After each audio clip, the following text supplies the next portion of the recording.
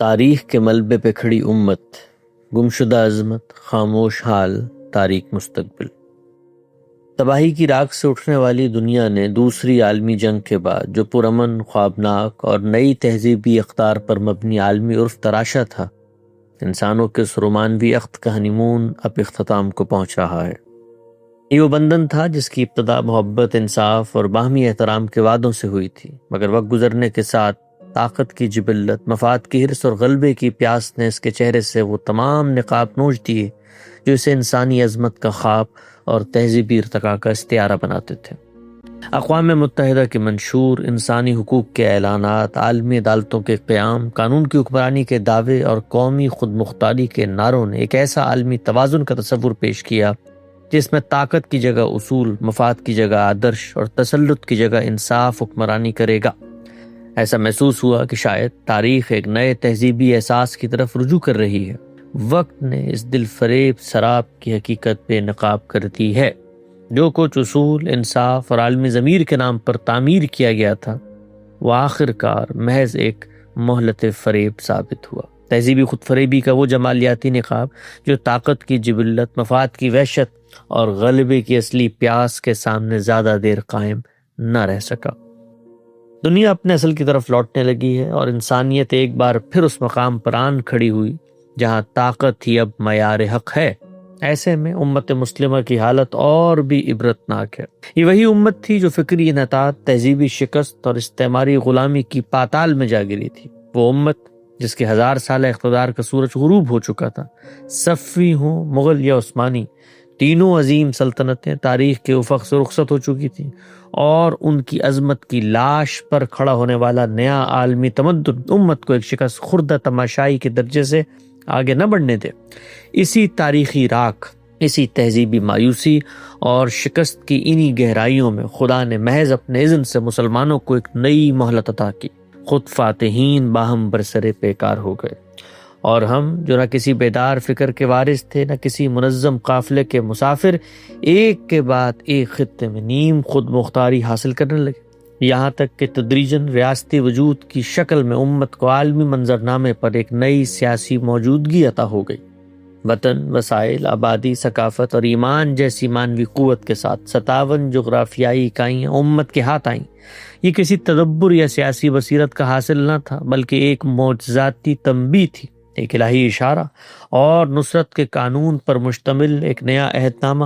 پھر سن لے، یہ عطا نہ کسی فکری اور عملی یکسوئی کی علامت تھی، نہ کسی اندرونی بیداری کا عکس، بلکہ محض ایک خدائی مہلت تھی جو شکست کی راکھ سے ایک نئی چنگاری اٹھانے کا امکان بن سکتی تھی۔ لیکن ہر مہلت اگر بصیرت سے محروم ہاتھوں میں آ جائے تو وہ نعمت کے بجائے ایک آزمائش، ایک عبرت بن جاتی ہے۔ یہی ہمارے ساتھ بھی ہوا ہے۔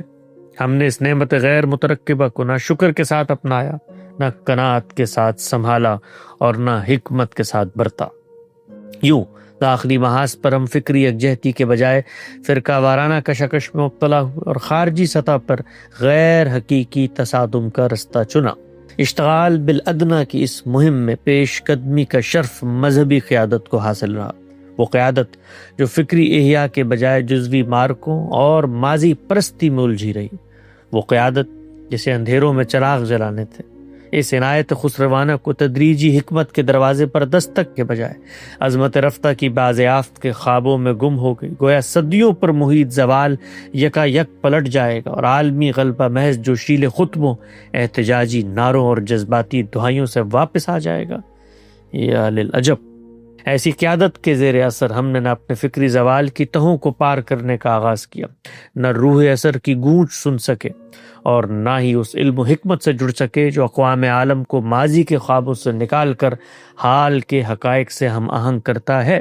اسی قیادت نے نیم خود مختاری کو اگلے مرحلے کی بنیاد بنانے کے بجائے اسے ناانصافی تصور کرتے ہوئے یوں دھتکارا جیسے کوئی یتیم جسے وقت نے شفقت، آغوش اور تحفظ عطا کر دیا ہو، محض ایک کھلونے کے ٹوٹنے پر پوری عطا کو ٹھکرا دینے پر آمادہ ہو جائے۔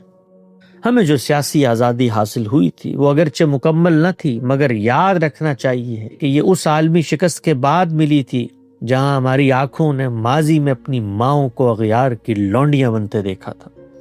اس پس منظر میں یہ آزادی چاہے جتنی بھی محدود ہو، ایک تدریجی سفر کی ابتدائی سیڑھی ضرور تھی، ایک ایسا مرحلہ جس سے آگے بڑھ کر ہم اپنی خود مختاری کو حقیقت میں ڈھال سکتے تھے۔ مگر ہم نے اس عطا کو صرف اس لیے رد کر دیا کہ وہ ہمارے خوابوں کے عین مطابق نہ تھی۔ ہم نے اسے نامکمل کہہ کے ٹھکرا دیا، جیسے کوئی پیاسا آدھا جام پیش کیے جانے پر پورا پانی زمین پر اڈھیل دے۔ اس رد عمل نے صرف ایک موقع کو ضائع نہیں کیا، بلکہ ہمیں خود فریبی کے اس رستے پر ڈال دیا جہاں ہم نے حقیقت کو تسلیم کرنے کے بجائے دوسروں پر الزام دھرنے کو شعار بنا لیا ہے۔ طاقت کی کشمکش میں ہم نہ زیادہ راہ لے کے اترے، نہ عقل و حکمت کا ساز و سامان، اور جب شکست نے ہماری خامی کو بے نقاب کیا تو ہم نے اسے دانائی کا غلاف پہنا کر اپنی ہی کمزوری کو استقامت کا نام دے دیا۔ یہ تضاد فکر ہر سطح پر نمایاں ہونے لگا۔ ہم نے حق تو مانگا، مگر صبر، فہم اور تدبر جیسے وہ لوازم جو اس کی راہ کے ناگزیر سنگ میل تھے، انہیں اختیار کرنے سے گریز کیا۔ شہادت کو تو ہم نے ایمانی زیور کی طرح سینے سے لگائے رکھا، مگر زندگی کی پیچیدہ راہوں میں تعمیر اور تدریجی پیش قدمی کو ہمیشہ شکست کی نظر سے دیکھا۔ ہم نے نعرے ضرور لگائے، مگر ان نعروں کی پشت پر کوئی حکمت عملی نہ تراشی۔ ہم نے احتجاج کو تو گلے لگایا، مگر خود احتسابی کو ایسا زہر سمجھا جس سے سامنا کرنے کی جرت نہ ہوئی۔ ہم بار بار جذبات کے شعلے تو بھڑکاتے رہے، مگر ان شعلوں سے چراغ بنانے کا حوصلہ کبھی پیدا نہ کر سکے۔ اور جب کسی نے اس فکری روش سے ہٹ کر تعمیر و تجدید کی بات کی تو اسے مغرب کا اعلی کار اور ملت کا غدار گردانا۔ مذہبی قیادت کے تحت شکست کا یہ سفر جاری ہے۔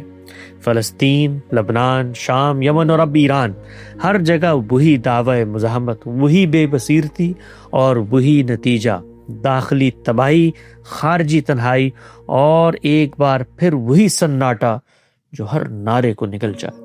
گویا ہر شکست کے بعد ہم صرف ملبہ سمیٹنے کے لیے زندہ رہ گئے، اور ہر امید محض ایک نوحے میں دفن ہو جاتی ہے۔ ان تمام بربادیوں کے بعد مذہبی قیادت پچھلی ہزیمت کا روگ اٹھائے اگلے محاذ پر روانہ ہو جاتی۔ دائرے کے سفر میں جذبات سے تباہی، تباہی سے جذبات، اور ہر نئی ہزیمت کو عزیمت کا استعارہ بنانا تاکہ اگلی بربادی کے لیے جذبہ سلامت رہے۔ شکست ہماری تقدیر نہیں، مگر اسے فتح سمجھنے کا فریب، یہی ہماری سب سے بڑی شکست ہے۔ تاریخ کے ملبے پر کھڑی امت، گمشدہ عظمت، خاموش حال، تاریک مستقبل۔